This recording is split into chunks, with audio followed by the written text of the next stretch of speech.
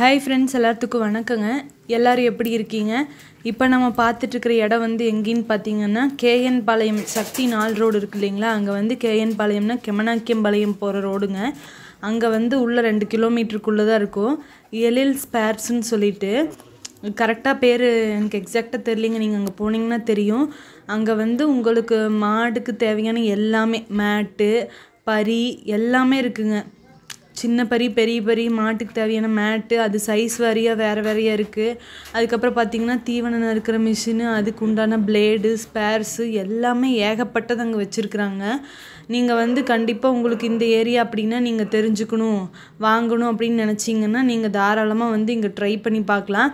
நாம் வந்து இங்கே தான் மேட்டு ஆர்டர் போட்டிருந்தோம். நம்ம நேர்லேயே போய் சைஸ் வாரியாக பார்த்து 6க்கு 4 ஒரு மேட் எடுத்துருக்குறோம். அப்புறம் 7க்கு 4ன்னு 3 மேட் எடுத்துருக்குறோம். அதுவே வந்து பார்த்திங்கன்னா நம்மளுக்கு கொஞ்சம் இடம் 10ல் போடுறதுக்கு, அது வீடியோ லாஸ்ட்டில் பாருங்கள், காட்டியிருப்பேன். இங்கே வந்து ஏகப்பட்ட ஐட்டம்ஸ் இருக்குதுங்க. இது வந்து ப்ரமோட் பண்ணுறதுக்காக இல்லை, நம்ம வந்து ரொம்ப தூரத்துலலாம் போய் வாங்க வேண்டியதில்லை. நம்மளுக்கு எது தேவைனாலும் இங்கே எல்லாமே ஸ்பேர்ஸ் வச்சுருக்காங்க. அதனால் வந்து நீங்கள் சக்தி அந்த சரௌண்டிங்கில் இருக்கீங்க அப்படின்னா இந்த இதை யூஸ் பண்ணிக்கோங்க. நல்லா யூஸ்ஃபுல்லாக இருக்குது நம்மளுக்கு. எங்களுக்கும் வந்து இப்போ தான் தெரியும். ஸ்பேர்ஸ் தான் மெயினாக அதிகமாக வச்சுருக்காங்க. நம்ம இவ்வளோ நாள் தொலாவிட்டு இருந்தோமே அப்படின்னு நினச்சிட்டு இருந்தோம்.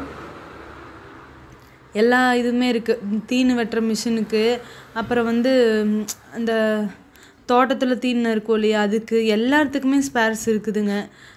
பரியெல்லாம் பார்த்திங்கன்னா சைஸ் வாரியாகவே ரேட் சொல்கிறாங்க. சின்னது பெருசு மேட்டு சைஸ் வாரியாக இருக்குது.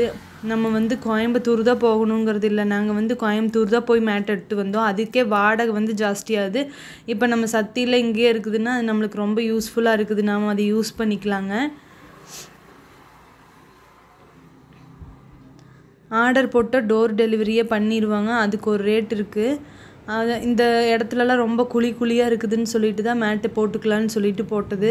இது பார்த்திங்கன்னா கருப்பியோட அம்மாங்க. இதுக்கு வந்து தீட்டம் வந்திருக்குது பார்த்திங்களா? தீட்டம் கிடையாது, அது ஊசி போட்டு ஒரு வாரத்தில் வந்து இந்த மாதிரி ரத்தம் கலந்த கோலை வந்திருக்குது அப்படின்னா அது வந்து அந்த ப்ராசஸ் கரெக்டாக நடந்திருக்குது உள்ள அப்படின்னு அர்த்தம். அதனால் பார்க்கலாங்க, ஜஸ்ட் வெயிட் பண்ணி பார்க்கலாம். நிறைய ஃப்ரெண்ட்ஸ் இந்த டவுட் கேட்டிருக்கீங்கள்ல, நிறைய பேர் நம்மக்கிட்ட கேட்குறது பார்த்திங்கன்னா கையல் என்னாச்சுன்னு. எனக்கு ரொம்ப மனசு கஷ்டமாக இருக்குங்க. நான் வந்து கையலோட அப்டேட்டை நெருங்கிட்டு இருக்கிற நேரத்தில் கையலுக்கு வந்து பார்த்திங்கன்னா சரியான காய்ச்சல் வந்துருச்சு. கையல் வந்து ஒரு வாய் தீனு கூட எடுக்கல. 2 நாள் ஆச்சு. வயிறெல்லாம் ரொம்ப ஒடுங்கி போய் இளைச்சி போய் மாடே பார்க்க முடியாத ஒரு மாதிரி ஆயிடுச்சுங்க. காம்புலேருந்து பால் வந்து தன்னை போல் சொட்டிகிட்டே இருக்குது. நாங்களும் வந்து டாக்டர் கூப்பிட்டு கேட்ட முடி காய்ச்சல் தாங்க அப்படின்னு சொல்லி 3 ஊசி போட்டாங்க. செனமாடு அப்படிங்கிறதுனால ரொம்ப கேர்ஃபுல்லாக பார்த்துக்கணும். நம்மளே வந்து அதில் எந்த முடிவும் எடுக்க முடியாது. அதனால வந்து இந்த ரிஸ்கே வேண்டான்னு சொல்லிட்டு நாங்கள் வந்து டாக்டரை கூப்பிட்டோம். அதுக்கு முன்னாடி பாருங்கள், புது மாடுக்கு வந்து கொழாம்பில் வந்து பிரச்சனை வந்துருச்சு. மெயினாக மேட் வாங்குறதுக்கு ரீசனே இதுதாங்க.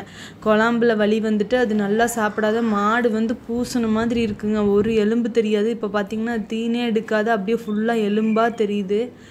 நம்ம லட்சத்தை பார்த்து நம்ம 1000 யோசித்து லட்சத்தில் முதலீடு போட்டு நஷ்டமாகக்கூடாது. மாடுகளுக்கும் தொந்தரவு வரக்கூடாது. நம்மளாவது வாய் இருக்குது சொல்லிடுவோம், ஆனால் வாயில்லாத ஜீவன்கள் அதோட வலி எப்படி சொல்லும்? அதனாலேயே வந்து நாங்கள் அதை பற்றி யோசிக்கலை.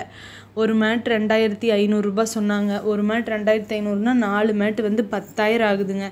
இப்போ வந்து 10,000க்கு இன்றைக்கி வந்து மேட்டெல்லாம் எடுத்துகிட்டு வந்துட்டாங்க. இனி வந்து கொண்டு வந்து போடுறது வந்து வீடியோ லாஸ்ட்டில் வரும் பாருங்கள். நான் இப்போ கையலோட அப்டேட்டுக்காகத்தான் இந்த வீடியோ எடுத்தது. கையலுக்கு வந்து காய்ச்சல் வந்து நானும் எல்லாம் கண் திருஷ்டின்னு சொன்னாங்க, சுற்றியும் எல்லாம் போட்டுட்டேங்க. ஏன்னா மடி இறக்கி இருக்குது இப்போ தான் கொஞ்சம். அதனால் ரொம்ப கஷ்டமாக இருக்குது. கையலுக்கு எதுவும் ஆகக்கூடாது. ஒவ்வொருத்தங்க பயம் கொடுத்துறாங்க, கண்ணுக்குட்டி உள்ளேயே ஏதாவது ஆகிருக்குமோ என்னமோ, நீங்கள் செக் பண்ணி பாருங்கள் அப்படின்னு. ஆனால் ஒரு டாக்டர் வந்து சொன்னாங்க, காய்ச்சல் குறையணும் அப்படின்னா நீங்கள் வந்து இந்த ஈரச்சாக்கு இருக்கு இல்லையா, அந்த ஈரச்சாக்கை வந்து நல்லா சணல் சாக்கை வந்து நல்லா ஈரப்படுத்தி கையலோட மேலே போட்டு விட்டுருங்க. அந்த ஹீட்டெல்லாம் கொஞ்சம் குறையும். ஃபாகர் முன்னாடி நிறுத்த வேண்டாம், இந்த சாக்கு மட்டும் போட்டு விடுங்க அப்படின்னாங்க. நாங்கள் வந்து அப்படி தாங்க பண்ணிகிட்ருக்கோம். இருந்தாலும் எனக்கு மனசுக்குள்ளே ஒரு பதட்டமாகவே இருக்குது.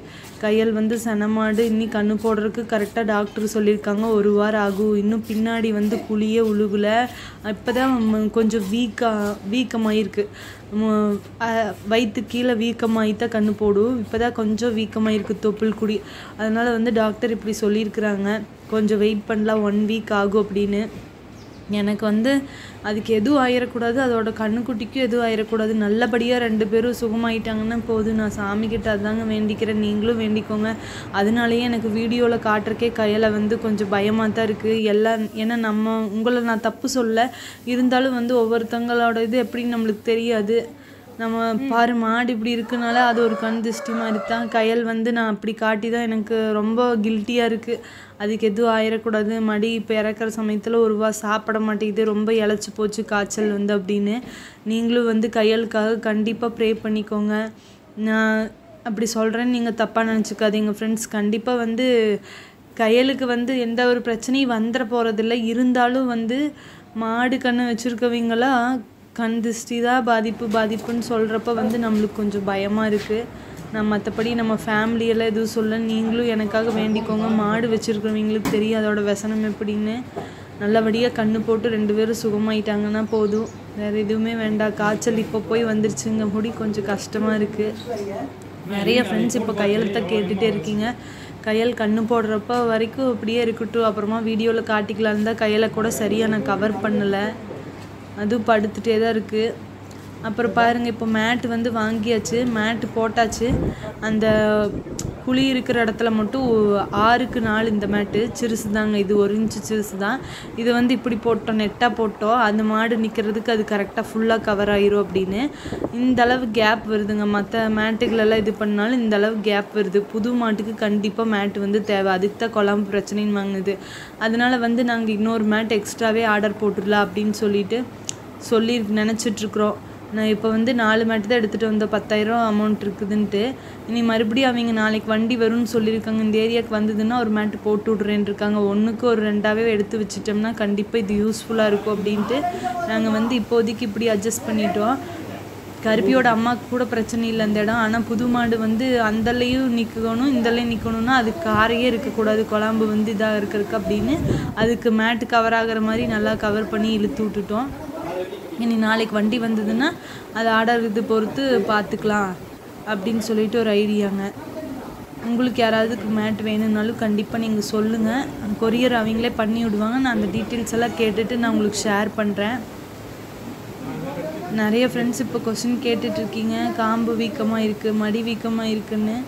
எல்லாத்துக்குமே பதில் சொல்லணுன்னு தாங்க எனக்கு ஆசை. பட் ஆனால் வந்து என் மைண்டெல்லாம் இப்போ கையல் நல்லா ஏறணும். டாக்டர் இப்போ வருவாங்க. நேற்று தான் வந்து 700 ரூபாய் ஆச்சு, 3 ஊசி போட்டு மாத்திரையெல்லாம் கொடுத்துருந்தாங்க. அப்போவும் இழப்பு ஃபுல்லாக எடுக்குது, காய்ச்சலும் குறைய மாட்டேங்குது, தீனும் சரியாக சாப்பிடல. அப்போ சாக்கு போட்டதுக்கப்புறம் கொஞ்சம் நல்லா இருந்தது. இப்போ பார்த்தா திருப்பி அதே மாதிரியே முழிச்சிட்டே நிற்குது.